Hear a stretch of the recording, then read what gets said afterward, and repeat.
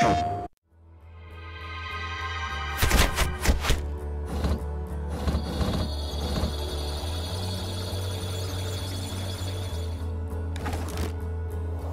wanted to have a big world for Watch Dogs, and it is. I mean, you can drive a very fast vehicle and cross the city, and we wanted to keep all the details and all the density of the city as you crossed it, and at 200 miles an hour. But more importantly, we wanted to have a deep city. We wanted depth. We wanted a lot of density. If you go in any street corner in Chicago or in a major city, there's a lot of things happening around you, and we want to preserve all of that within Watch Dogs. Make sure that the city reacts to everything you're doing, and that we preserve that detail that is so unique to a modern city in North America. So at the heart, it's the same game's vision, right? We're starting from a vision, and then Disrupt is a very scalable technology, very scalable game engine. So what we're doing is we're preserving the game experience, but if you play Watch Dogs on the PlayStation 4, we want to make sure that we use all of the console's capability. So all the game spiller we're able to make longer and stronger. All of the details in the game we're able to push forward. We have more details, more immersion. We're able to increase connectivity, increase the density of things. So it's the same game experience, but basically magnified on the PlayStation 4.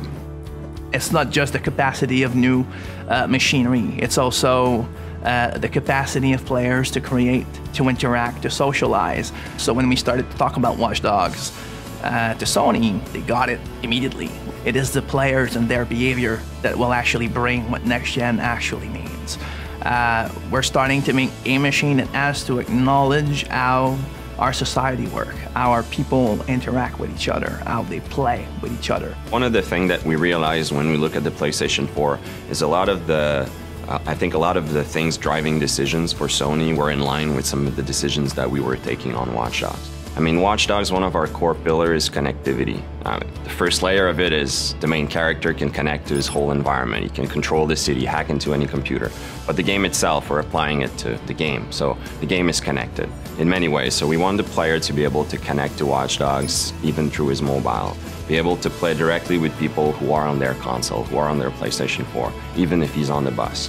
Basically being able to be attached to our game world, even when he steps out of the living room. We are definitely in Watch Dogs exploring very new way of expressing what online could be, what it means to be connected, especially in a game where connectivity is at the heart of it. We want the player to be surprised when he meets other players. We want him to be able to go from single player to multiplayer without having to go through a lobby, to menus, to various game settings. We want things to be natural and want him to go to breach the wall between single player and multiplayer if you want. I like to say that the best moments in Watch Dogs, the player is going to create them, and those are the moments we want him to go, when he goes to the office or at school the day afterwards. We want him to, talk about it with his friends, right? Well, now if we're able to share a clip of that, it's even more concrete. It's your clip. You created that wow moment, and you can share a video of it. I feel like games are there to enable people to create, to think, to wonder.